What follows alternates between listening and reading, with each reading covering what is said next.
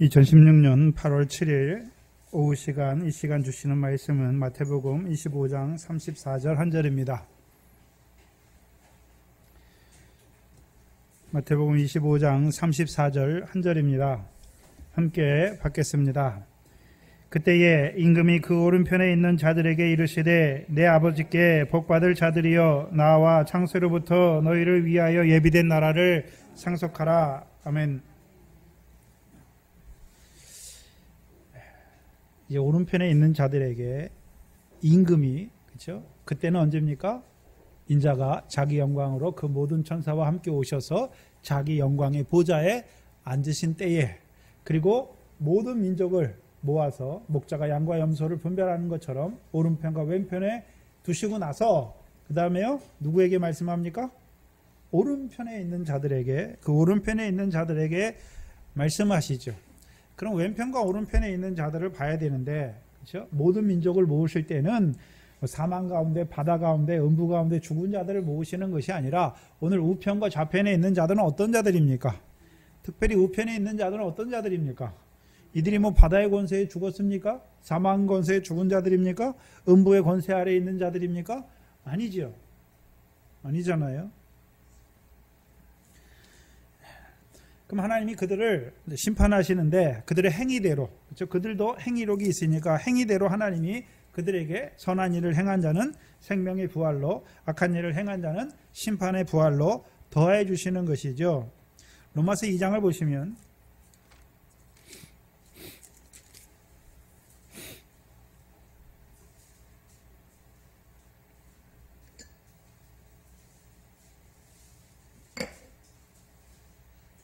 로마서 2장 12절에 보시면 16절을 먼저 보시고 12절을 보겠습니다. 로마서 2장 16절이죠. 내 복음에 이른 바와 같이, 그럼 사도 바울이 복음을 전할 때마다 뭘 말씀했습니까? 하나님이 예수 그리스도로 말미암아 사람들의 은밀한 것을 심판하시는 그 날이 있는 것을 항상 사도 바울은 뭘 했습니까? 증거했지요. 그렇죠? 그럼 복음에는 사도 바울이 증거한 복음에는 항상 뭐가 나타나 있습니까? 하나님이 예수 그리스도로 말미암아 사람들의 은밀한 것을 심판하는 날이 있는 것을 보여주시잖아요. 그렇죠? 그러면 그 심판의 날에, 그렇죠? 그 심판받는 하나님 백성들이 심판받는데 12절에 율법이 없이 범죄한 자는 율법 없이 망하고 율법이 있고 범죄한 자는 무엇으로 말미암아 심판받습니까? 율법으로 언제요? 예수 그리스도로 말미암아 사람들의 은밀한 것을 심판하시는 그 날에, 그 날이 언제입니까? 마지막 심판 보좌잖아요. 마지막 심판 보좌 때. 그러면 율법을 받은 자들은 율법으로 말미암아 그들의 심판이 이루어지는 거죠. 하나님이 은밀한 것을 심판하시는데 이 사람은 예수 물세례 받고 광야에서 율법 받아서 그 가운데 살다가 죽었어요. 율법밖에 못 받았어요. 그럼 이 사람의 심판의 근거는 무엇입니까? 율법이죠. 그러면 오늘 오른편과 왼편에 있는 자들을 하나님이 심판하시는데, 그렇죠? 선한 일을 행한 자, 악한 일을 행한 자 심판하시는데 이들의 심판의 기준은 무엇입니까?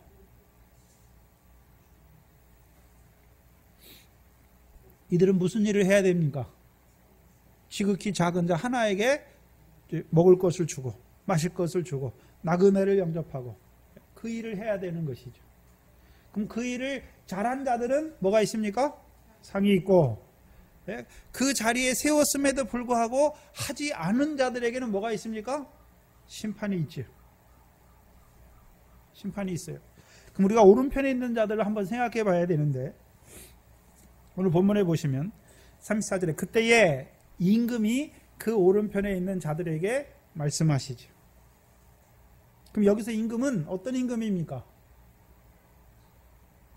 만왕의 왕으로 이제 사도신경에 말씀하신 것처럼 산자와 죽은 자를 심판하시기 위해서 자기 영광의 보좌에 앉으신 만왕의 왕이요 영광의 주님이시죠. 그럼 이 오른편에 있는 자들은 요한복음 1장을 보시면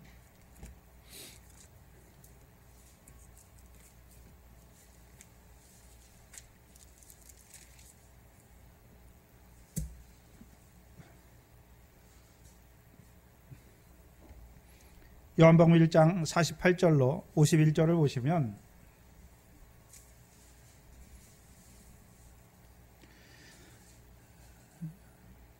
예수님과 나다나엘의 만남에 대해서 나오는데 48절에 나다나엘이 가로되 어떻게 나를 아시나이까? 예수께서 대답하여 가라사대 빌립이 너를 부르기 전에 내가 무화과 나무 아래에 있을 때에 보았느니라. 그럼 빌립은 한번 생각해 봐야 되는데 요한복음 1장에서 빌립은 어떤 자였습니까? 안드레와 함께 세례 요한의 말씀을 듣고 하나님의 어린 양에게 나가서 누구를 만났습니까? 그리스도를 만났잖아요. 메시아를 만났잖아요. 그렇죠? 그래서 그 빌립이 나다나엘에게 뭘 말씀했습니까? 네? 선지자가 기록한 그 일을 우리가 만났으니 요셉의 아들 나사렛 예수라. 잘 보셔야 돼요. 안드레는 베드로에게 가서 뭐라고 말했고요? 메시아 그리스도를 만났다라고 말했고, 빌립은 나다나엘에게 가서, 빌립도 그럼 나다나엘에 가서 누굴 만났다고 말해야 됩니까? 메시아를 만났다고 해야 되는데 빌립은 나다나엘에 가서 누구를 만났다고 말합니까? 나사렛 예수를 만났다라고 말하잖아요.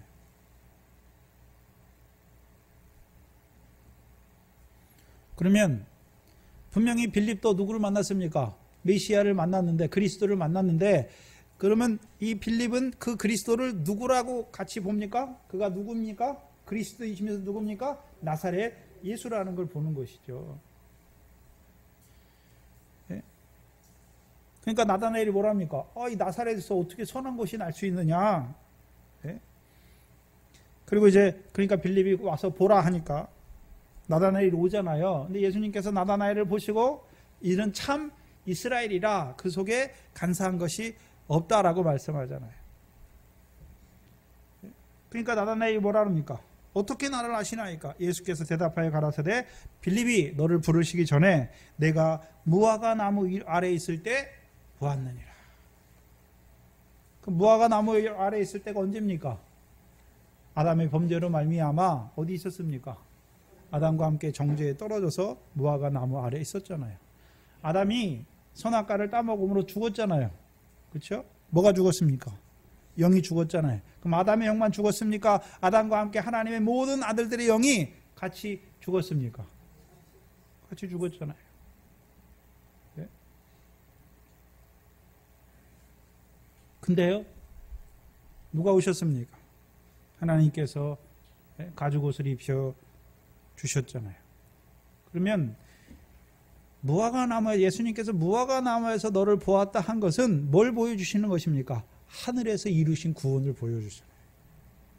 그럼 하늘에서 구원을 이뤘는데 어떻게 이뤘습니까? 창세전에 그리스도 안에서 택했을 뿐만 아니라 아담과 함께 가죽옷 입혀서 모든 산자가 되게 하신 것이죠. 그걸 보여주시는 거예요. 그러니까 9절에 나다나엘이 대답하여 가로되 당신은 뭐라 그럽니까? 하나님의 아들이요 당신은 이스라엘의 뭐라고 말합니까? 임금이다. 그럼 나다나엘은 예수님 쫓아다녔는데 누구로 보고 쫓아다녔습니까? 십자가 예수로 보고 쫓아다녔습니까? 이스라엘의 임금으로 보고 쫓아다니는 것입니까? 이스라엘의 임금이죠. 50절에 예수께서 대답하여 가라사대 내가 너를 무화과 나무 아래서 보았다 함으로 믿느냐? 그러면 예수님께서, 나사렛 예수께서 이 나다나엘에게 내가 너를 무화과 나무 아래서 보았다라고 말하니까 이 나다나엘이 믿었잖아요. 그 믿음의 고백이 뭐였습니까? 당신은 하나님의 아들이요 당신은 이스라엘의 임금이다 라고 고백한 것이죠. 그럼 이제 나다나엘이 뭐가 믿어졌습니까? 하늘에서 이루신 구원이 믿어졌잖아요. 네? 그리고 예수님께서 뭐라 그럽니까? 내가 너를 무화과 나무 아래서 보았다 함으로 믿느냐? 이보다 더 큰 일을 보리라 말씀하시죠. 그럼 하늘에서 이루신 일이 큰 일, 그것도 큰 일이잖아요. 그러면 이거보다 더 큰 일이 무엇입니까? 51절이죠. 51절이에요.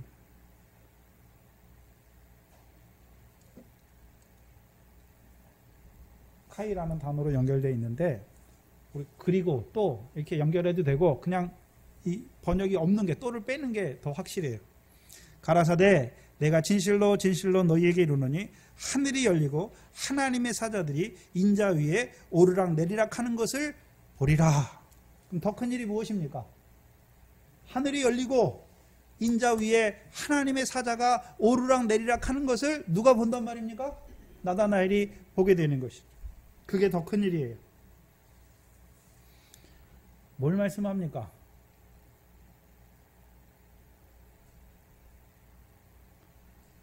그럼 믿느냐 했잖아요. 그러면 이 나다나엘이 누굴 믿었습니까? 예? 당신은 이스라엘의 임금이다 믿었잖아요. 하늘에서 이루신 구원을 믿었잖아요. 그럼 하늘에서만 이루셨습니까? 그가 이제 이 땅에 육신을 입고 오십니까? 육신을 입고 오시잖아요. 그래서 요한복음 1장 14절이 무엇입니까? 말씀이 육신이 되어 우리 가운데 오심에 누구의 영광입니까? 아버지의 독생자의 영광이죠. 그래서 우리가 누구 안에서 영광을 보게 되는 것입니까? 예수 그리스도 안에서 영광을 보는 거예요. 주기도문에 예수님께서 주기도문을 가르쳐 주시잖아요. 왜 가르쳐 주십니까? 하늘에 계신 아버지가 누구 아버지라고요?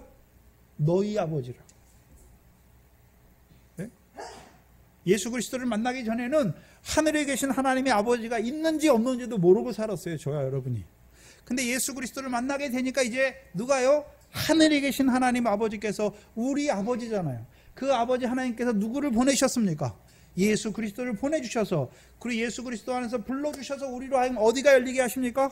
하늘이 열리게 했잖아요. 그 하늘이 열리니까 뭐가 보이겠습니까? 영광의 하나님 아버지께서 하늘에 계신 걸 보게 됐잖아요.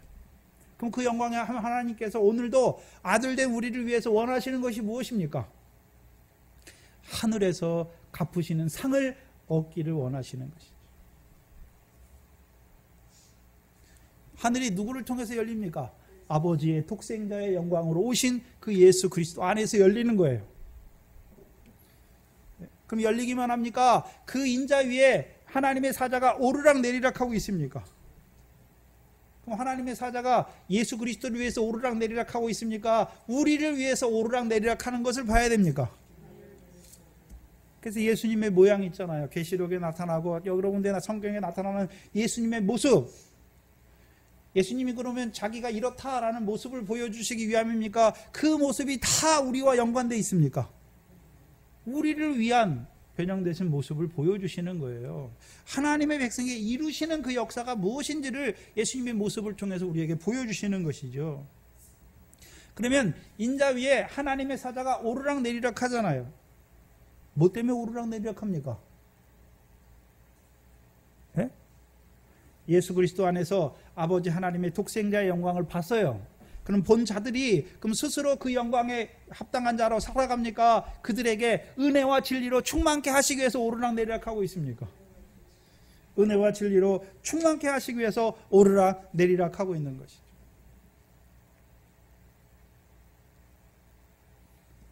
마태복음에서는, 요한복음에서는 인자의 살과 피를 먹은 자들에게 무엇으로요? 은혜와 진리로 충만케 하시는 거예요. 그 은혜와 진리로 충만케 하셔서 어디에 이르게 하십니까?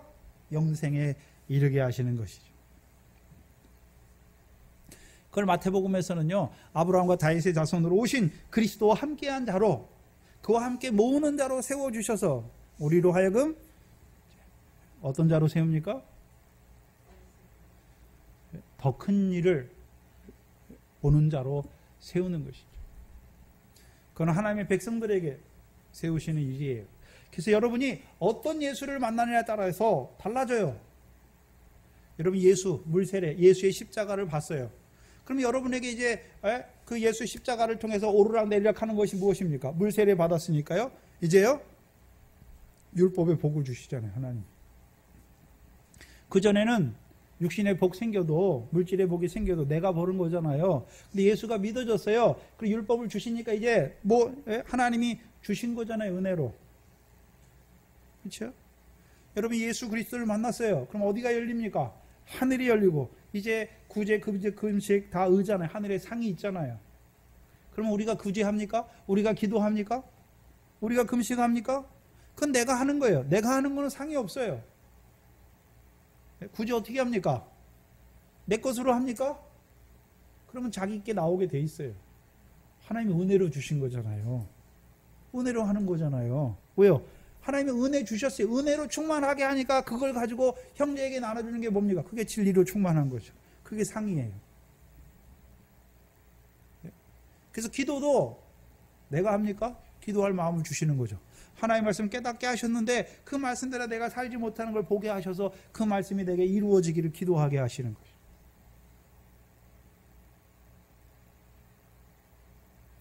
은혜 주셔야 기도하는 거예요. 은혜 주셔야 구제하는 거예요. 왜? 물질도 하나님이 은혜로 주셔야 아버지께서 갚으실 외식이 아니라 사람의 칭찬과 영광을 얻기 위해서 하는 것이 아니라 은밀한 중에 갚으시는 하나님이 갚으시는 상을 얻기 위해서 하는 자가 되는 거예요. 그게 은혜가 충만해야 돼요. 하나님이 은혜로 주신 걸 깨달아야 은혜를 나누는 자가 되는 거예요. 그럼 오늘도 인자 위에 오르락 내리락 하는데 예수 십자가 믿어진 자들 위에 오르락 내리락 하시고 예수 그리스도의 터가 닦여진 자들 위에 오르락 내리락 하시죠. 또한 이제 그리스도 예수의 터가 닦여진 자들에게 곧 인자의 살과 피를 먹은 자들 위에 오르락 내리락 하시죠. 왜요? 은혜와 진리로 충만하게 하셔서 그들로 영생에 이르는 열매를 맺는 자로 세우시기 위해서.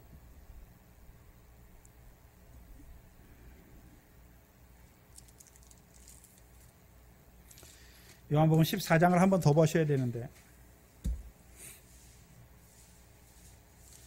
요한복음 1장은 이보다 더 큰 일을 보리라 말씀하셨고 요한복음 14장 12절에는 14장 12절에 내가 진실로 진실로 너희에게 이르노니 나를 믿는 자는 항상 누구를 믿는 자입니까? 나를 믿는 자는 나의 하는 일을 저도 할 것이요. 첫 번째요. 나의 하는 일을 저도 하고 또한 이보다 더 큰 일을 하리니 이는 내가 아버지께로 감이라.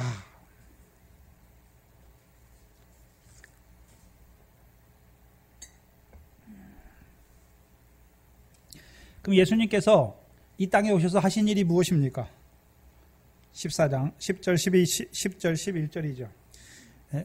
자기 예수님이 스스로 아버지 위해서 한 것이 아니라 10절에 나는 아버지 안에 있고 아버지는 내 안에 계신 것을 내가 믿지 아니하느냐.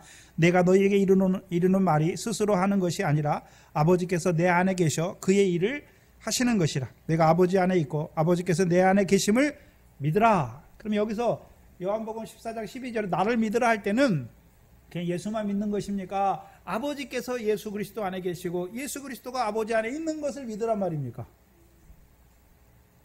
그걸 믿는 것이잖아요. 그렇지 못하겠거는 행하는 그 일을 인하여 믿으라. 그럼 예수 그리스도께서 이 땅에 행하신 일이 무엇입니까? 예수 그리스도께서 이 땅에 오셔서 행하신 일이 무엇입니까? 자기가 예수가 하나님의 아들 그리스도이심을 나타내신 거죠. 그걸 다른 말씀으로 뭐라고 합니까? 예찬이 예수께서 하나님의 아들이심을 나타내신 것을 뭐라고 그러죠? 요한복음 20장에 30절 31절에 빨리 찾아보세요.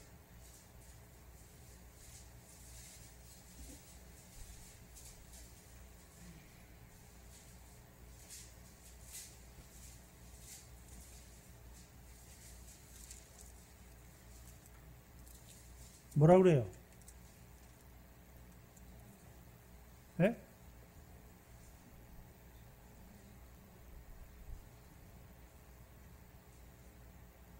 큰 소리로. 이차이 뭐라 그러죠? 예수께서 하나님의 아들심을 나타내는 것을 그걸 뭐라 그랬어요?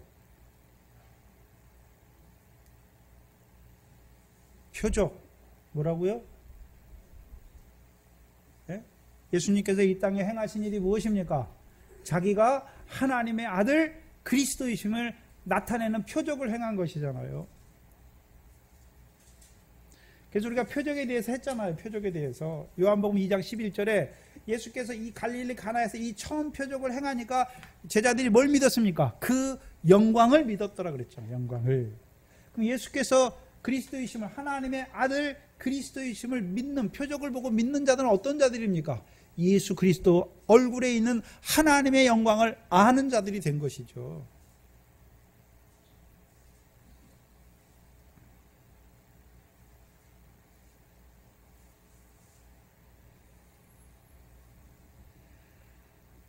그러면 이보다 더 큰 일은 무엇입니까? 영광을 보여주시기만 합니까? 이제 아버지께 가서 진리의 성령을 보내주셔서 우리로 하여금 그 영광에 합당한 자로 살게 하시는 것입니까? 그 영광에 합당한 자로 살게 하시는 것이죠. 이게 더 큰 일이에요. 그래서 요한복음 14장 15장에서는 그 영광에 합당한 일이 무엇입니까? 새 계명이에요. 새 계명.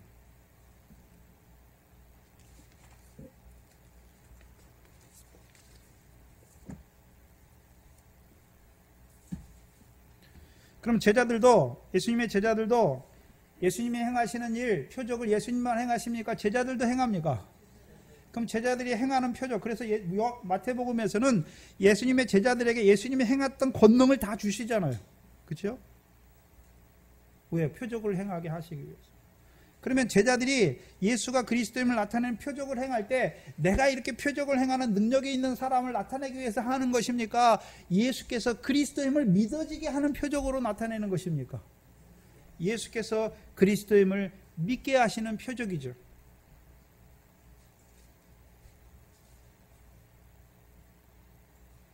그게 제자들도 그 일을 해요.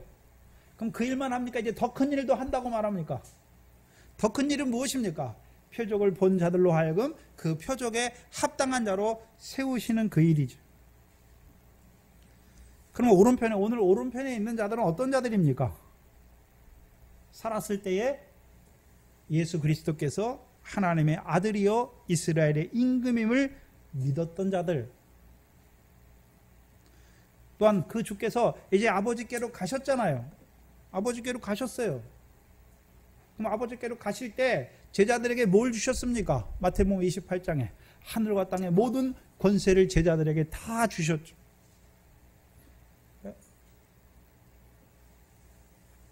다른 말로 하면 마태복음 25장의 두 번째 비유, 주인이 가면서 그 종들에게 자기의 소유를 맡긴 거예요. 그러면 예수님의 소유가, 이 땅에서 예수님의 소유가 무엇이었습니까? 예수님의 소유가 무엇이었습니까? 제자들에게 주신 소유가 무엇이었습니까? 예수님께서 제자들에게 주신 게 무엇이었습니까? 인자의 살과 피잖아요. 5병 2어잖아요. 7병 2어잖아요. 그거 주신 거잖아요. 여러 가지로 다 말할 수 있는데 한마디로 하면 무엇입니까? 인자의 살과 피를 주셨잖아요. 그것을 요한복음에서 6장에서는요 영생의 말씀을 맡겨주셨잖아요. 한마디로 영생의 말씀, 생명의 떡을 맡겨주셨어요. 그럼 그들이 이제 해야 되는 일이 무엇입니까? 그 생명의 떡을 나누어 주는 것이죠.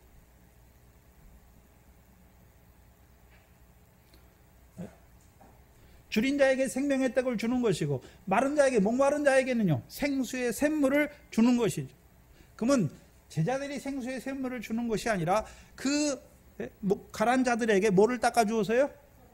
터, 그리스도의 반석에 터를 닦아주어서 그들로 그 속에 영생하도록 솟아나는 샘물을 먹는 자로 세우는 것이죠.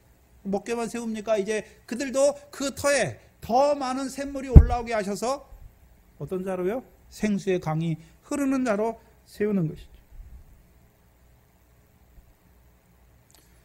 그럼 오른편에 있는 자들, 이스라엘의 임금임을 믿었던 자들이잖아요. 그래서 그 임금이 가셨잖아요. 성령 시대는 예수님께서 이제 40일 동안 부활을 40일 동안 계시다가 가셔서 뭘 보내주셨습니까? 성령을 보내주셔서 하나님의 제자들로 하여금, 예수님의 제자들만 아니라 우리도 무슨 일을 하게 하셨습니까?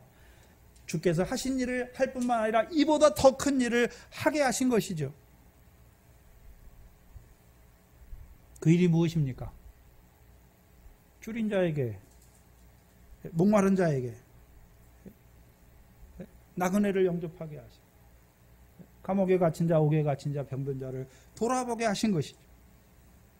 우리의 것으로 주는 게 아니에요. 주께서 주신 것으로 주게 하신 것이죠.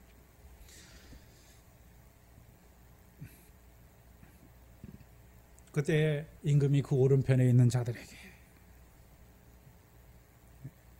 내 아버지께 복받을 자들이야. 여기 복받을 자들이라고 우리말에 써놨는데 영어 성경은 다 현재 수동태로 써놨어요. are blessed. 아버지께 복을 받았다. 복을 앞으로 받을 것이 아니라 지금 복을 받은 거예요. 그 밑에다 써놓으세요.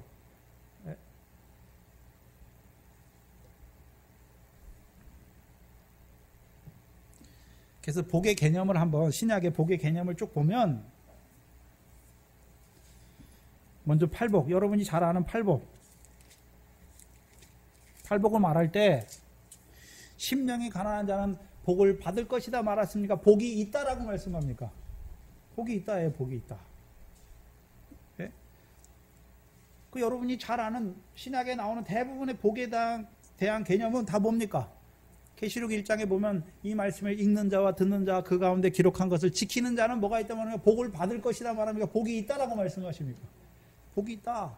첫째 부활에 참여한 자들도 복을 주실 것이다 말합니까? 복이 있다라고 말합니까? 복이 있다라는 개념이에요. 그래서 오른편에 있는 자들은 뭐가 있습니까? 복이 있다라고 하는 거예요. 우리가 세상 복, 여러분이 세상의 사람들이 복을 말할 때 어떤 복입니까?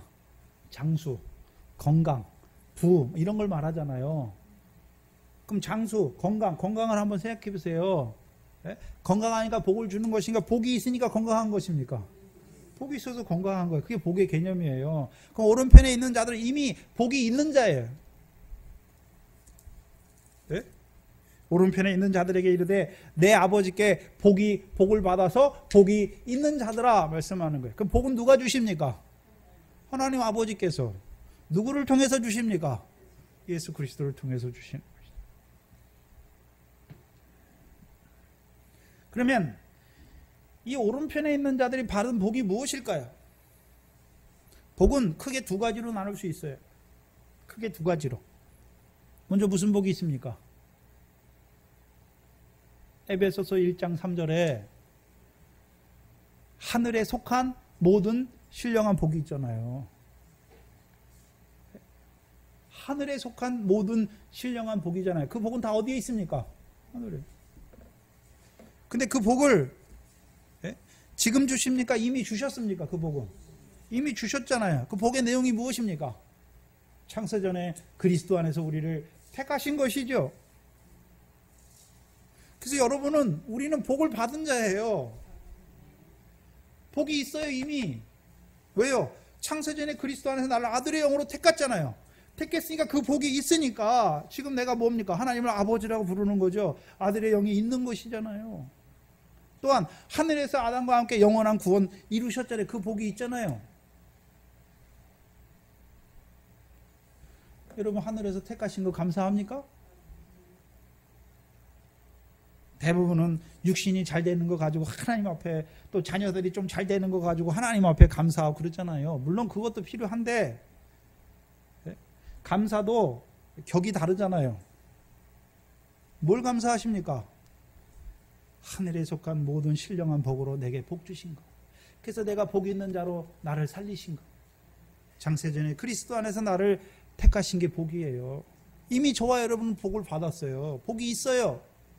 그러면 그 복만 주셨습니까? 이 땅에 보내신 뒤에 이 땅에서 우리로 하여금 복을 더하여 주셨습니까? 이 땅에서도 복을 주셨잖아요. 이 땅에 주신 복이 무엇입니까? 그걸 가장 잘 나타내는 데가 마태복음 5장이잖아요. 하나님 나라 복. 무슨 복이요? 하나님 나라 복 주셨잖아요. 심령이 가난한 자는 복을 줄 것이 아니라 복이 있다. 애통하는 자는 복이 있다. 복이 있어요. 더 나아가서요. 첫째 부활에 참여하는 자는 복이 있다. 그럼 지금 마태복음 24장을 통해서 인자의 오심을 위한 세상 끝의 징조를 우리에게 깨닫게 하신 이유가 무엇입니까? 그 복을 주시기 위해서. 지금 우리에게 주셨어요. 근데 문제는 그 복을 받았다고 다 첫째 부활에 복이 있는 자가 됩니까? 그 복을 받았지만 미련한 5,000원처럼 되면 어떻게 됩니까? 한 달란트 받은 자처럼 되면 어떻게 됩니까? 그 말씀을 받았지만 그 말씀이 자기에게 복이 되지 못하는 것입니다. 그래서 우편에 있는 자들은 하나님께서 주시는 복을 받아서 지금 복이 있는 자들이 이미, 예? 그럼 복을 주셨으니까 그들이 어떤 자로 살았습니까? 복된 자로 살았잖아요. 어떤 복입니까? 하나님 나라의 복된 자로 살았잖아요. 심령이 가난한 복을 가진 자로 살았고, 천국이 저희 것이에요. 하나님 나라의 백성으로 살았고, 애통하는 자로 살았고, 예? 온유한 자로 살았고, 그 땅을 기업으로 받았잖아요. 의에 줄이고 목마른 자로 살았잖아요. 그 마태복음에 말하는 그 8복, 하나님 나라의 복을 전부 다 보여주시는 거예요. 포괄적으로. 그 복을 받아서, 복을 받기만 했습니까? 이제 복이 있는 자로 살았습니까? 복이 있는 자로 산 자예요. 그래서 이것을 복을, 우리말 성경에 말하는 것처럼 아버지께 복 받을 자들이요 라고 말하는 것이 아니라 복이 있는, 복된 자로 산 자들이요 말씀하시는 거예요.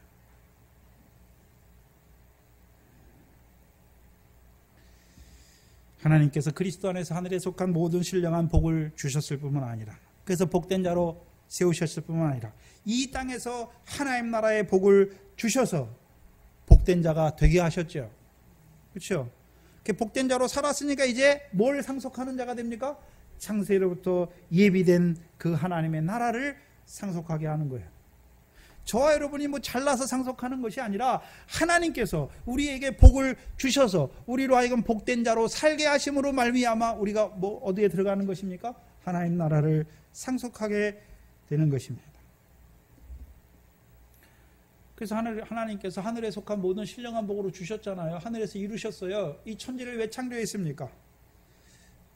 하늘에 속한 모든 신령한 복을 받은 자들로 하여금 잠깐 이 세상에 보내셔서 이 세상에 속한, 이 세상에 살아가는 자들에게 예수 그리스도 안에서 하나님 나라의 복을 더해 주셔서 그들로 하여금 복된 자로 살게 하셔서 창세로부터 예비된 하나님의 나라를 상속하게 하시기 위해서 주시는 거예요.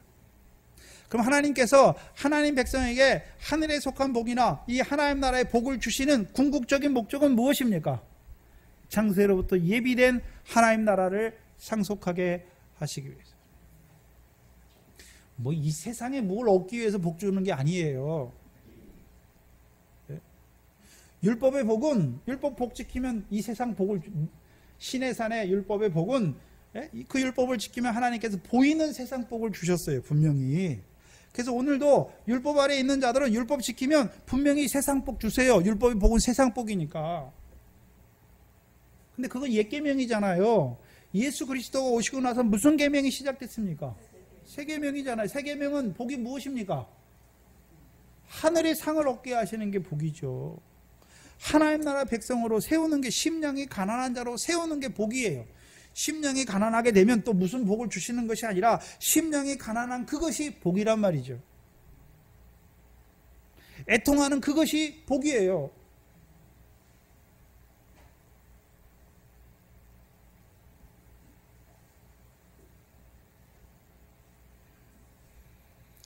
그래서 복의 개념이 바뀌어야 돼요.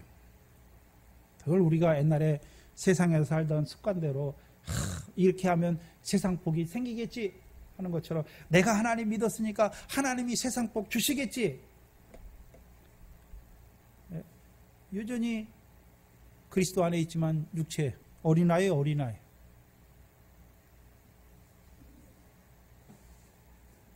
그러면 우편에 있는 자들, 하나님께 복을 받아서 복된 삶을 살았던 그들에게 하나님의 나라를 상속하게 하시잖아요.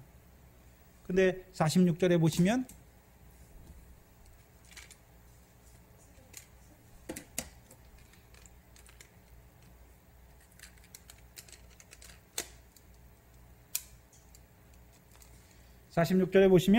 하나님 나라를 상속한다는 의미가 무엇입니까? 영생에 들어가는 것이죠.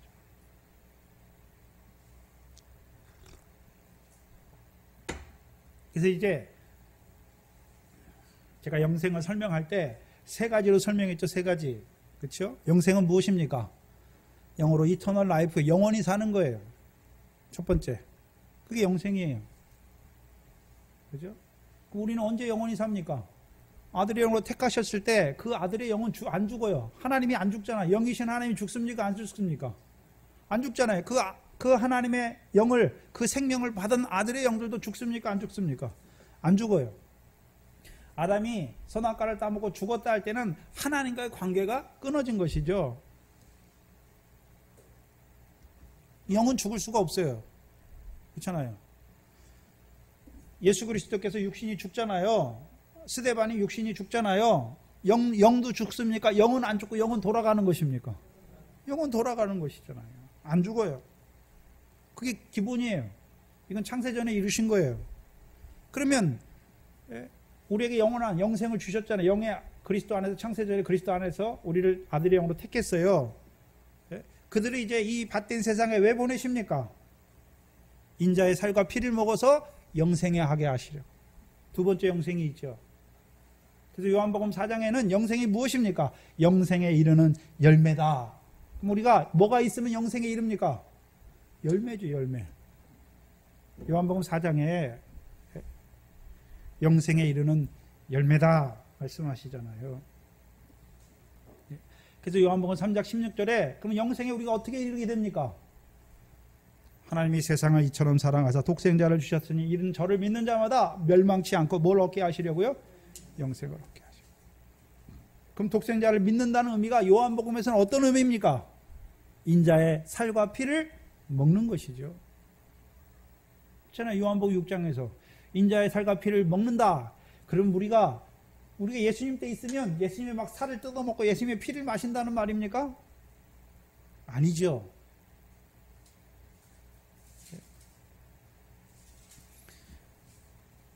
아니잖아요. 예수님의 살은 무엇입니까? 세상을 위한 생명의 떡이잖아요. 피는 무엇입니까? 새 언약이죠. 피로 세우는 새 언약이죠. 한마디로 영생의 말씀이잖아요.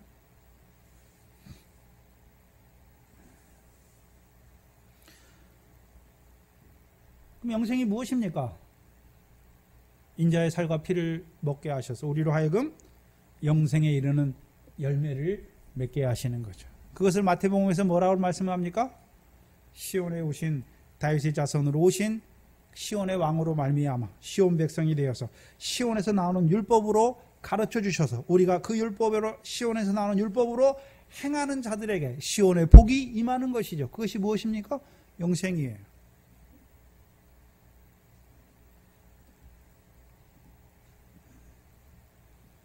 그러면 지금 마태복음 25장의 마지막 그 심판, 흰보자 심판으로 오신 그 주께서 오른편에 있는 자들에게 주시는 영생은 무엇입니까?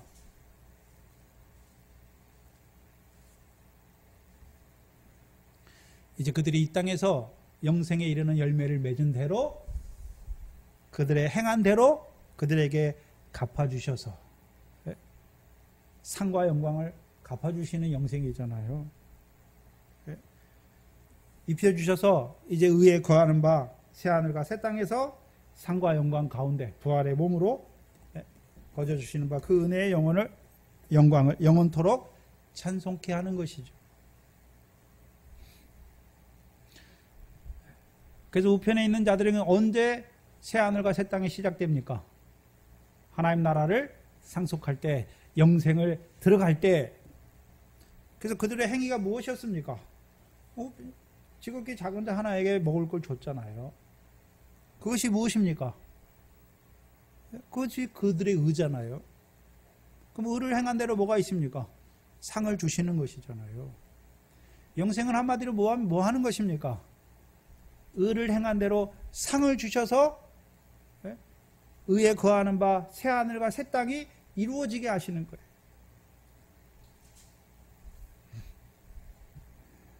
마태복음에서는 아브라함과 다윗의 자손으로 오신 그리스도께서 하나님 나라의 백성으로 세우셔서 하나님 나라 일, 결실과 열매를 맺게 하신 대로 결실과 열매대로 뭐합니까? 그들의 행위대로 상과 영광으로 갚아주시는 거예요.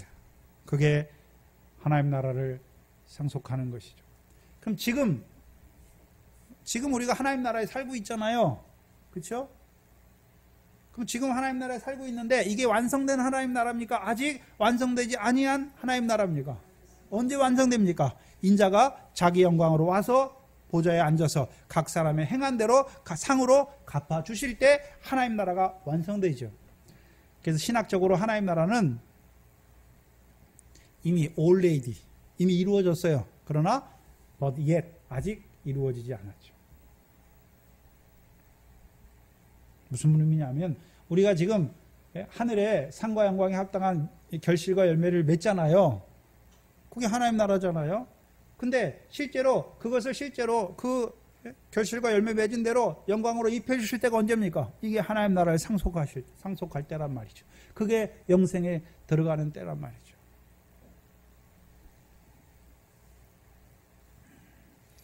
그럼 봐야 되는데 저와 여러분이 마태복음 21장 43절에 그 대제사장 바리새인들에게 너희는 하나님의 나라를 빼앗기고 그 나라의 열매 맺는 백성이 하나님 나라를 받는다 말씀하시죠.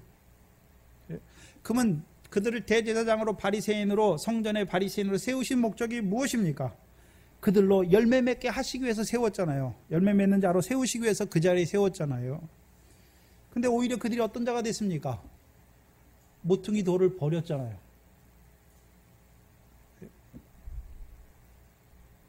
오히려 그 시온에 세우신 모퉁이 돌에 걸려 넘어지는 자들이 되었죠. 그러니까 열매가 없는 자들이 되었죠. 그러니까 빼앗기는 거예요. 그렇다면 한번 생각해 봐야 되는데 하나님 나라를 상속하는데 율법 아래에 있는 자들은 그러면 하나님 나라를 상속하지 못합니까? 상속하지요. 단지 뭡니까? 최소의 상급으로 갚으시는 하나님 나라를 상속하는 것이. 우편강도도 낙원에 있잖아요. 그의 상이 무엇입니까? 예수 십자가를 믿은 거예요. 그거 하나가 그에게 무엇입니까? 상이잖아요. 그럼 구제, 그도, 금식 다 뭐가 있습니까? 의니까 상이 있잖아요. 그러면 기도한 대로 뭘 갚아주십니까? 상으로 갚아주시잖아요. 그래서 계시록 22장 12절에 내가 줄 상이 내게 있어. 내가 내게 줄 상이 내게 있어. 각 사람의 행한 대로 일한 대로 갚으시잖아요. 그래서 우리의 일은 하나님 나라 일이에요. 의잖아요. 의. 하늘에 상이 있는 의를 행하는 것이죠. 그러면 바다 가운데 있는 자, 죽은 자들도 의가 있잖아요. 사망 가운데 죽은 자도 의가 있잖아요. 의가 다르잖아요. 채소의 상급, 밀의 결실, 보리의 결실, 어떤 자는 열매가 있잖아요. 그대로 상을 갚으시는데 같습니까? 다릅니까? 다르죠. 다르죠. 그들도 그 의에 거하는 바 자기들이 바다에서 죽었지만 채소의 상급이 한 10개 있어요. 그러면 그 의가 있잖아요. 그러면 새하늘과 새 땅은 뭐가 거하는 것입니까? 의에 거하는 바 새하늘과 새 땅이잖아요. 그들이 의를 행한 대로 하나님께서 그 상으로 갚아주심으로 말미암아 그들에게 새하늘과 새 땅이 이루어지는 거죠. 근데 그들에게는 어떤 새하늘과 새 땅입니까? 채소의 상급만큼의 새하늘과 새 땅이죠.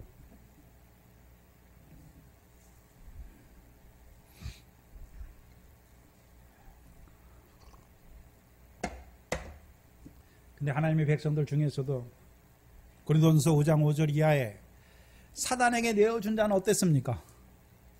육신이 멸함받았잖아요. 영은 주의 수의 날에 구원을 받지만 육신이 온전히 멸함받아서 상이 하나라도 있습니까? 없습니까?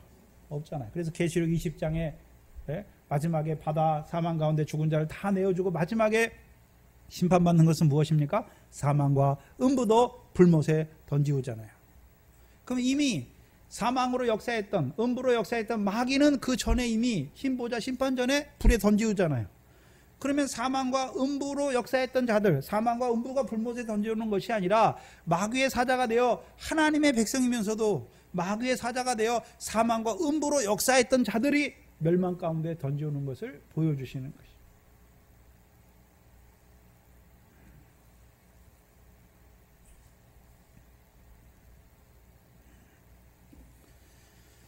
그렇다면 우편에 있는 자들도 행위로, 자기의 행위대로 뭐가 있습니까? 심판이 있는 거예요. 예수 그리스도에 나타날 때 하나님께서 사람의 은밀한 행위대로 갚으시는 것이죠. 그래서 우편에 있는 의인들 어땠습니까? 행위가 왜 은밀합니까? 사람들 앞에 나타냈습니까? 자기 한 것도 잊어버렸습니까? 자기 한 것도 잊어버린 자로 살았잖아요. 잊어버린 자로.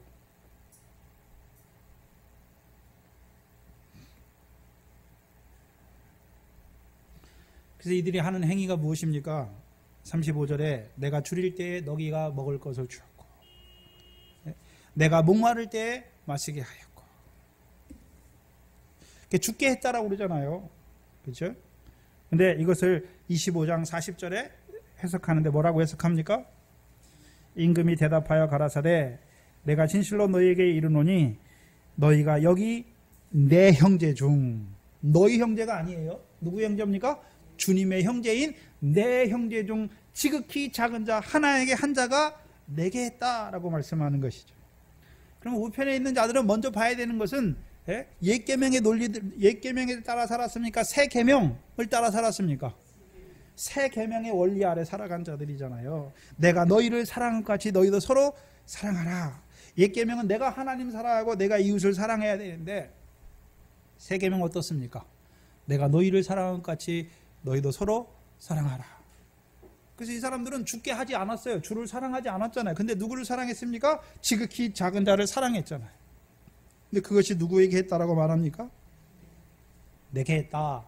그럼 이들이 줄인 자, 목마른 자, 나그네 다 누구의 형제였습니까? 자기들의 형제가 아니에요. 누구의 형제입니까? 주님의 형제예요. 내 형제잖아요. 내 형제. 그래서 요한복음에 20장에 막달라 마리아가 처음 부활하신 주님을 만났잖아요. 주께서 뭐라 그랬습니까? 내 형제들에게 가서 내가 살아났다 말해라 말씀하셨어요. 그리고 왜 주님의 형제입니까? 네? 왜 주님의 형제입니까? 네? 그럼 누가 주님의 형제입니까? 누가 주님의 형제인가요? 네? 누가 주님의 형제인가요? 옆에 봐보세요. 주님의 형제가 있잖아요. 네? 그럼 왜 우리가 주님의 형제입니까? 히브리서 2장 11절이잖아요. 히브리서 2장 11절에 보시면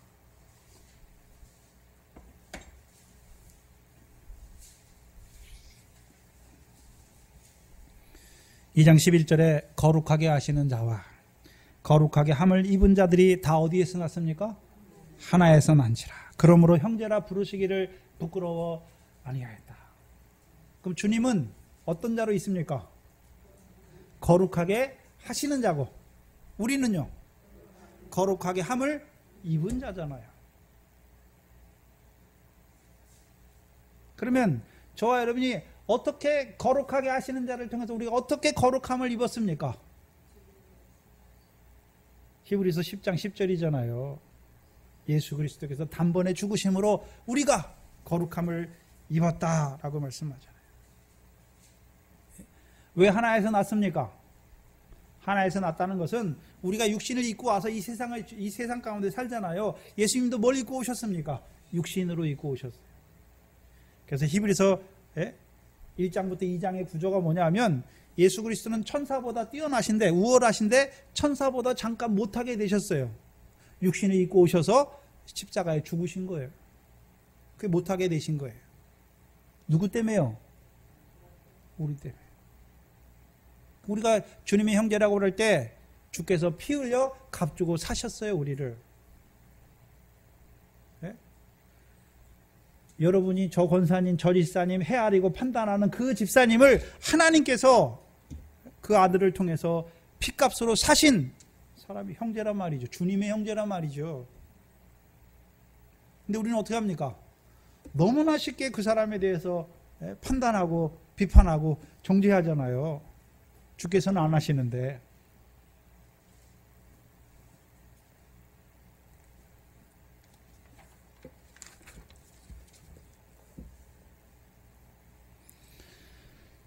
그래서 히브리서 2장 9절이죠.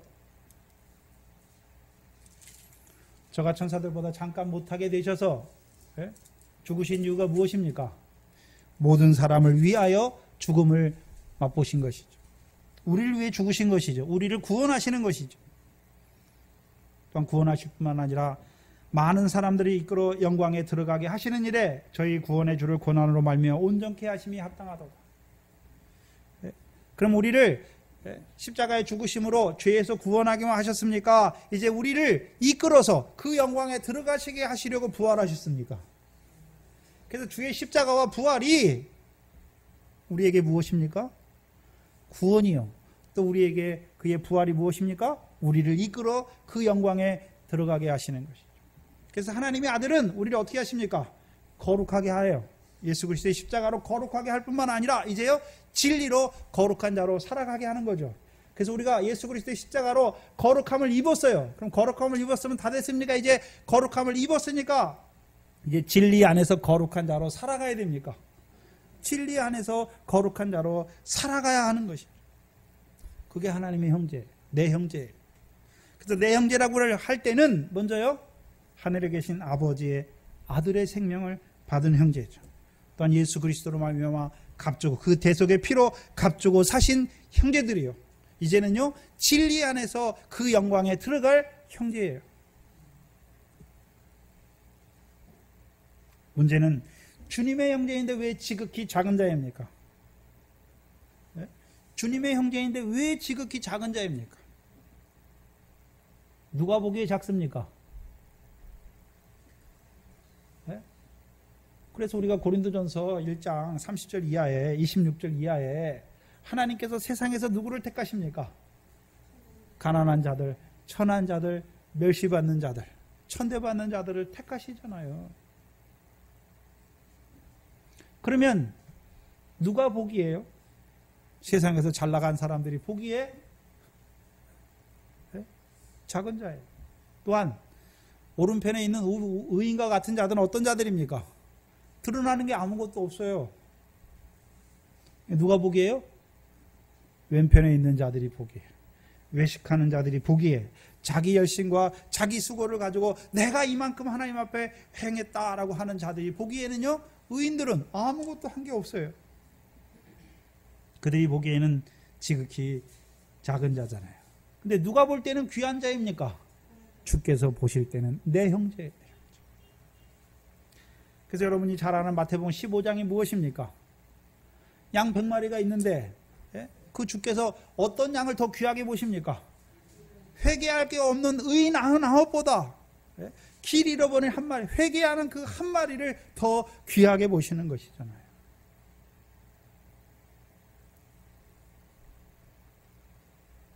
그러면 오른편에 있는 자들은 지극히 작은 자에게 했는데 자기들이 지극히 작은보다 작은 자보다 더 크기 때문에 더 뭔가 가지고 있기 때문에 한 것입니까? 아니에요. 그들도 지극히 작은 자예요. 누구 앞에 작은 자입니까? 하나님 앞에 지극히 작은 자예요. 아브라함은 자기를 티끌로 고백했고 다윗은 자기를 죽은 개와 벼룩으로 고백했고 사도 바울은 죄인 중에 괴수다 고백했잖아요. 그들에게 하나님이 은혜로 함께 하셔서 일하게 하신 것이죠. 그러니까 내가 한 게 아니에요. 고린도서 15장 10절에 내가 다른 사도보다 더 많이 수고했으나 내가 한 것이 아니라 나와 함께 하신 하나님의 은혜다라고 말씀하는 것이죠. 이들이 마태복음 18장 1절 이하에 천국에서 누가 큰 자냐 대답하는 자들, 어린아이와 같이 섬겼던 자들이죠. 그래서 예수님은 이 땅에 계실 때 33세의 장성한 청년이 되었으면서도 불구하고 하나님 앞에는 늘 어린 양이에요. 근데 우리가 신앙생활 오래 해서 집 사고 권 사고 목사하면 어떻게 됩니까? 신앙생활 하면 할수록 우리 자신이 커지잖아요. 내가 이런 사람인데, 나는 말씀을 이렇게 많이 깨달아졌는데, 나는 말씀도 읽고 이루어진 생활도 있는데 겉으론 드러난 죄도 없고 사람이 보기에 나무랄 것도 없고 믿음도 있고 생활도 있는데 큰 자가 되면 어떻게 합니까? 지극히 작은 자들 보면서 뭐 합니까? 에이구 어떻게 그렇게 살아 이렇게 되는 거예요. 근데 사도 바울과 같이 자기가 죄인 중에 괴수임을 알 때 아브라함과 같이 티끌이 될 때는요, 자기가 작아졌으니까 어떻게 합니까? 섬기는 자가 되는 것이죠. 예수님이 이 땅에 큰 자가 되기 위해서 온 게 아니에요. 섬기러 오신 거예요. 자기를 내어주시기 위해서 오는 것이죠. 자기 게 많으면 못 내줘요. 티끌이 되어야, 지렁이 같은 자가 되어야 하나님이 그를 통해서 쓰시는 것이죠. 그럼 오른편에 있는 자들은 어떤 자들입니까? 주님의 형제를 맡은 자들이잖아요. 어떤 자라고요? 주님의 형제를 맡은 자잖아요. 그래서 맡아서 그들에게 뭘 줘야 됩니까? 그들이 줄일 때 먹을 것을 주고, 그들이 목마를 때 마실 것을 주고, 그들이 나그네 되면 영접하는 것이고, 그들이 벗으면 가서 옷 입혀줘야 되고, 그들이 병들으면 가서 돌보고, 감옥에 갇혔을 때 가서 돌아봐야 하는 것이죠. 그래서 요한복음 21장 15절 이하에 조반을 먹은 그 베드로에게 예수님께서 뭘 말씀합니까? 베드로야, 네가 나를 사랑하느냐? 그 베드로가 뭐라 합니까?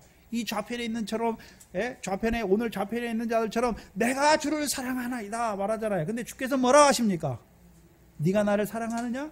그러면 내 어린 양을 먹이라 말씀하시는 거죠. 내 어린 양을 치라, 내 양을 치라, 내 양을 먹이라 말씀하시는 것이잖아요. 그러면 지금 우편에 있는 자들은 어떤 자들입니까? 주님의 양, 주의 형제들을 맡은 자들이잖아요. 맡은 자들로 뭐 해야 됩니까? 내 양을 먹이고, 내 양을 치고, 내 양을 먹이는 자가 돼야 되죠. 그럼 양을 먹이려면 어디로 데려가야 됩니까? 목자가. 우편에 있는 자들은 목자예요. 양을 맡은 목자들이에요. 그럼 목자가 양을 어디로 데려가야 됩니까? 양의 문으로 데려가야 되죠. 양의 문으로 데려가서 들어가면 나오면, 양의 문을 들어가면 나오면 뭘 먹여야 됩니까? 꼴을 먹여야 하는 것이죠.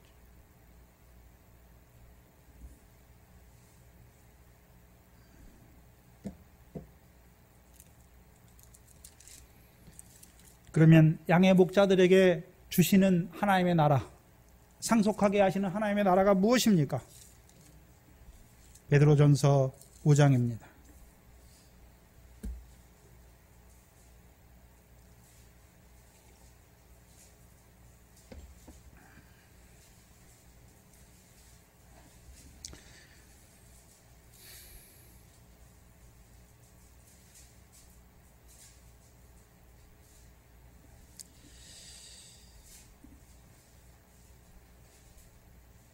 오 장 1절 이하에 너희 중 장로들에게 권하노니 나는 함께 장로된 자요 그리스도의 고난의 증인이요 나타날 영광에 참여한 자로다. 너희 중에 하나님의 양무리를 치되. 그럼 장로들은 다 무엇을 치는 자들입니까? 하나님의 양을 맡아서 양을 치는 자잖아요. 어떻게 쳐야 됩니까?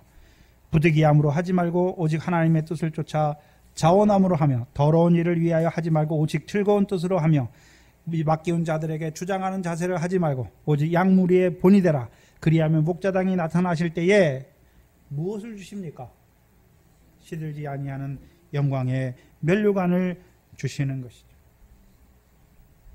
그러면 우편에 있는 자들은 하나님 나라를 상속하는데 어떤 하나님의 나라를 상속합니까?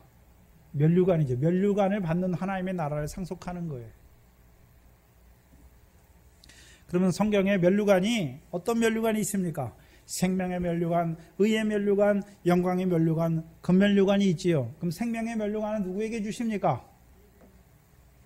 네? 야고보서 1장 12절에 시험을 참는 자는 복이 있도다. 이것에 옳다 인정하심을 받은 후에 주께서 사랑하신 자들에게 뭘 주십니까? 생명의 면류관을 주시죠. 그럼 누구에게 생명의 면류관 주십니까? 생명의 면류관을 받아야 그 다음에 의의 면류관을 받기 위해서 싸우는 자가 되고, 그 다음에 영광의 면류관을 받기 위해서 싸우는 자가 되고, 그 다음에 금 면류관을 받기 위해서 싸우는 자가 돼요. 그럼 생명의 면류관은 누구에게 주십니까? 시험에 옳다 인정함을 받은 자들에게. 그러면 하나님 백성의 시험이 무엇입니까? 저와 여러분의 시험이 무엇입니까? 저와 여러분이 언제까지 시험 받습니까? 네? 육체의 소욕이 온전히 죽기까지.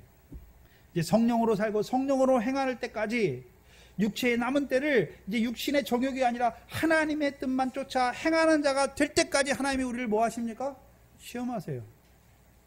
그러면 시험에 옳다 인정을 받은 자들 어떤 자들입니까? 그리스도 예수의 사람이죠. 그들에게 무슨 면류관 주십니까? 생명의 면류관을 주시죠. 왜? 자기 생명을 온전하게 했단 말이죠. 네?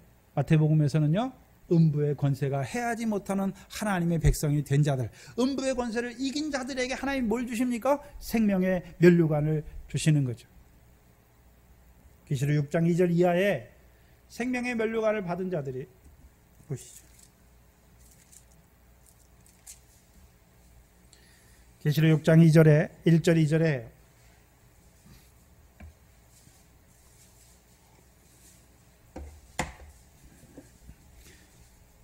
내가 보매 어린 양의 7인 중에 하나를 떼시는 그때 내가 들으니 네 생물 중에 하나가 우레소리같이 말하되 오라 하기로 내가 이에 보니 흰 말이 있는데 그 탄 자가 뭘 가졌습니까? 활을 가졌고 면류관을 받고 나가서 이기고 또 이기려고 하더라. 그럼 흰 말 탄 자들은 뭘 가진 자들입니까? 면류관을 이미 받았잖아요. 그렇죠? 활을 가졌고 면류관을 받았잖아요. 그럼 활을 가지고 이제 누구한테 쏩니까? 이 생명의 면류관을 받은 자들이 활을 가지고 누구한테 쏩니까? 누구한테 쏘나요? 바다 가운데 죽은 자에게 쏘잖아요. 사망 가운데 죽어 있는 자에게 쏘잖아요. 음부 가운데 죽어 있는 자에게 쏘잖아요.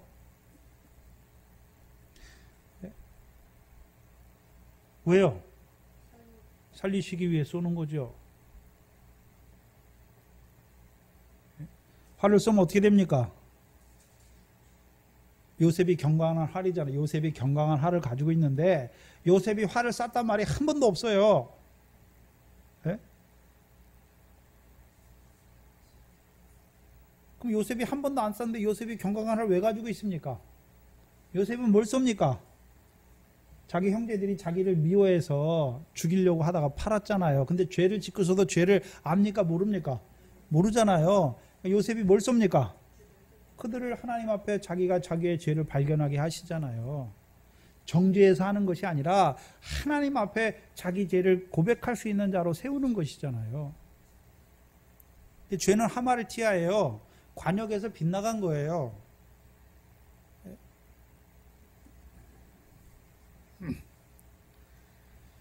그럼 활을 가지고 있는 자들, 로마서 15장 16절이잖아요. 하나님의 복음의 제사장 그리스도 예수의 일꾼 뭐 합니까? 이방을 성령으로 말미암아 하나님이 받으심직하게 드리는 자잖아요. 그래서 예수님께서 제자들을 어떤 자로 세웁니까? 살아남는 어부, 추수할 일꾼, 반석으로 세우시는 이유가 무엇입니까? 바다 가운데 죽은 자 살리시기 위해서. 그럼 바다 가운데 죽은 자가 언제 나옵니까? 바다 가운데 있는 죄악이 뭔지를 알아야 그 죄를 꿰뚫어 줘야 내가 이 바다 가운데 죽은 자로 살아가는 것이 하나님 앞에 죄인인 걸 알아야 나오는 것이죠. 사망 가운데 죽어있는 내 모습이 그것이 죄라는 걸 알아야 나오는 것이죠. 죄를 보게 하는 거예요. 죄를 보게 하시는데 바리새인들처럼 너 죄 졌으니까 죽어, 그것이 아니라 죄인을 사랑하시는 그리스도 앞에 데려오는 것이죠.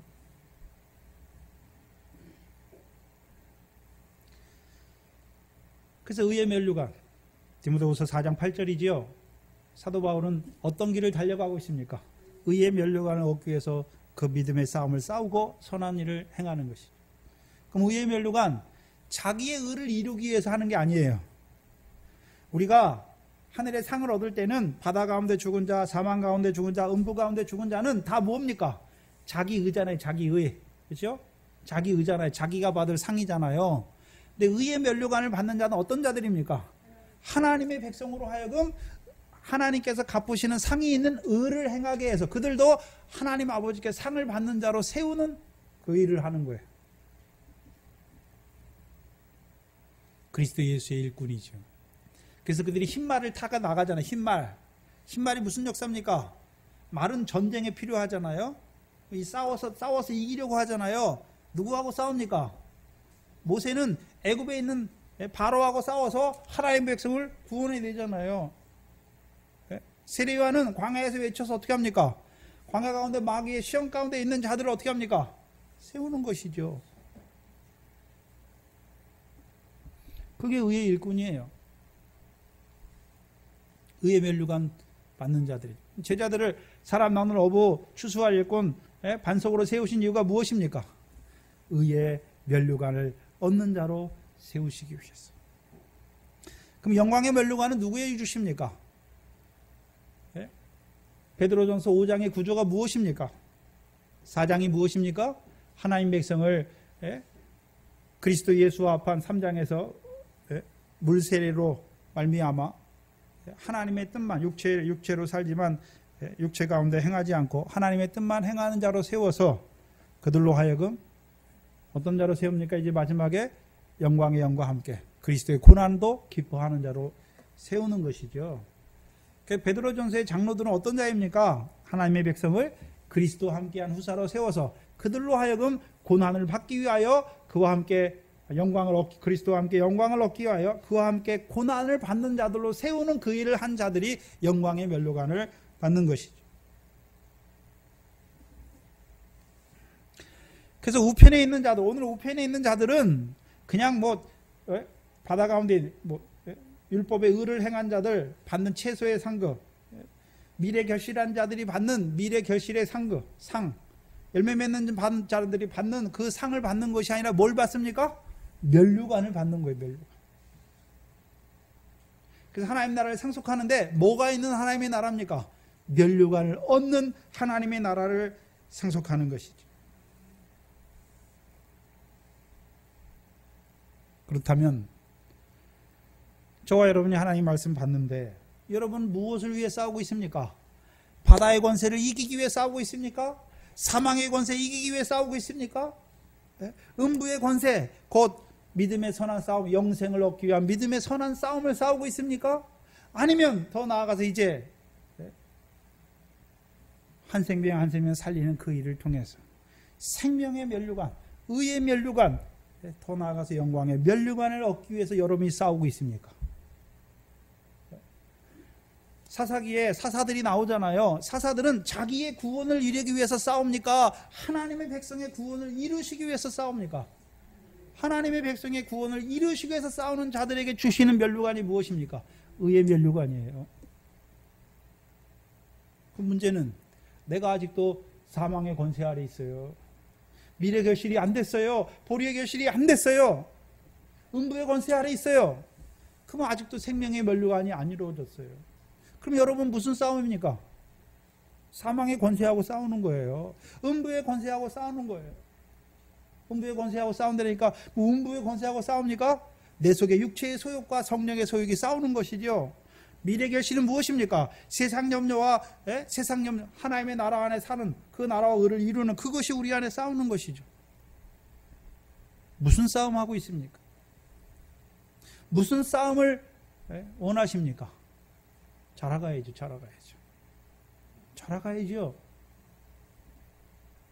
그러면 목회자만 무슨 의의 면류관, 영광의 면류관 없습니까? 아니죠. 목회자들이 그 생명 살리는 일에 함께한 자들은요, 선지자를 영접한 자들은요, 선지자의 상을 받아요.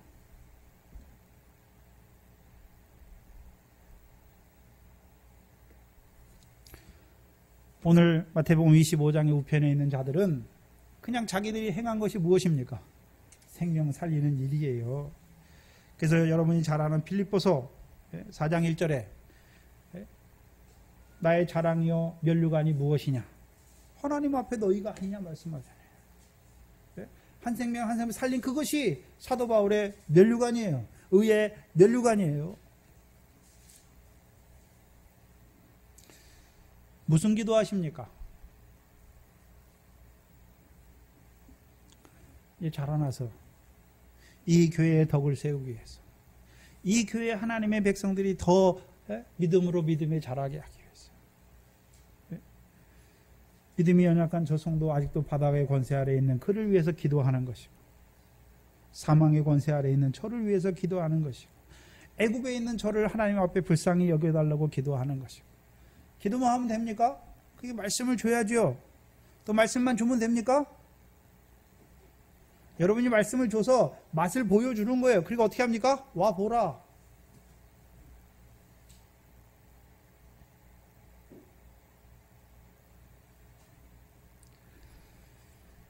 이 교회의 싸움이 무엇을 위한 싸움이 되어야 되는지, 또 여러분 각자가 지금 나는 무슨 싸움을 하고 있는지 돌아봐야 하는 것이죠. 이제 우리에게 예비하신 그 면류관을 위한 싸움을 싸우시기를 바랍니다. 기도하겠습니다. 하나님 아버지, 감사합니다. 우리에게 인자가 자기 영광으로 오시는 그 때를 보여주어서 그 하나님 나라를 상속하는 그 상을 얻게 하시는 그 마지막 때를 우리에게 나타내 주어서 우편에 있는 자들과 같이 그 면류관을 얻는 하나님 나라를 상속하는 자들로 세우시기를 원하셔서 이 시간 우리에게 말씀하여 주시니 감사합니다. 하오나 아버지 하나님, 우리를 보시옵소서. 말씀을 주셨지만 여전히 바다의 권세와 사망의 권세와 음부의 권세와 그것과 싸우기에도 부족한 저희들, 아버지 하나님, 우리가 이길 수 없음을 아시오매 우리의 대장 되신 예수 그리스도께서 이미 이기신 그 이김의 싸움을 믿게 하시고 이제 믿음으로 나아가서 승리하는 저희들 되게 하여 주시옵소서. 이제 나아가서 이제 그 면류관을 얻는 그 싸움까지 자라가는 교회가 되게 하여 주시옵소서. 예수님의 이름으로 기도하옵나이다. 아멘. 찬송가 402장입니다.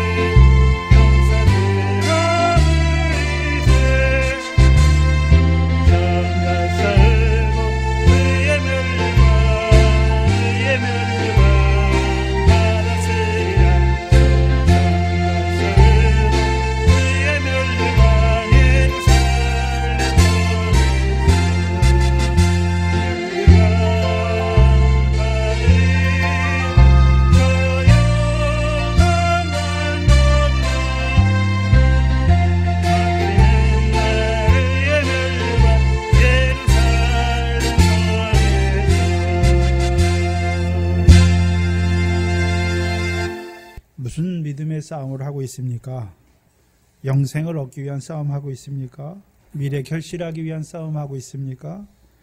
아니면 이제 생명의 면류관을 얻고 더 나아가서 의의 면류관, 영광의 면류관을 얻기 위하여 싸우고 있습니까? 이 교회의 싸움이 무엇인지 봐야 하고, 또 우리에게 앞으로 싸워야 될 그 싸움이 무엇인지를 바라보면서, 이김은 우리가 이기는 것이 아니라 우리 주 예수 그리스도로 말미암아 이기게 하는 것이지요. 주기도문으로 예배를 마칩니다. 하늘에 계신 우리 아버지여, 이름이 거룩히 여김을 받으시오며 나라의 임하옵시며 뜻이 하늘에서 이룬 것 같이 땅에서도 이루어지이다. 오늘날 우리에게 일용할 양식을 주옵시고, 우리가 우리에게 죄 지은 자를 사하여 준 것 같이 우리 죄를 사하여 주옵시고, 우리를 시험에 들게 하지 마옵시며 다만 악에서 구하옵소서. 나라와 권세와 영광이 아버지께 영원히 있사옵나이다. 아멘.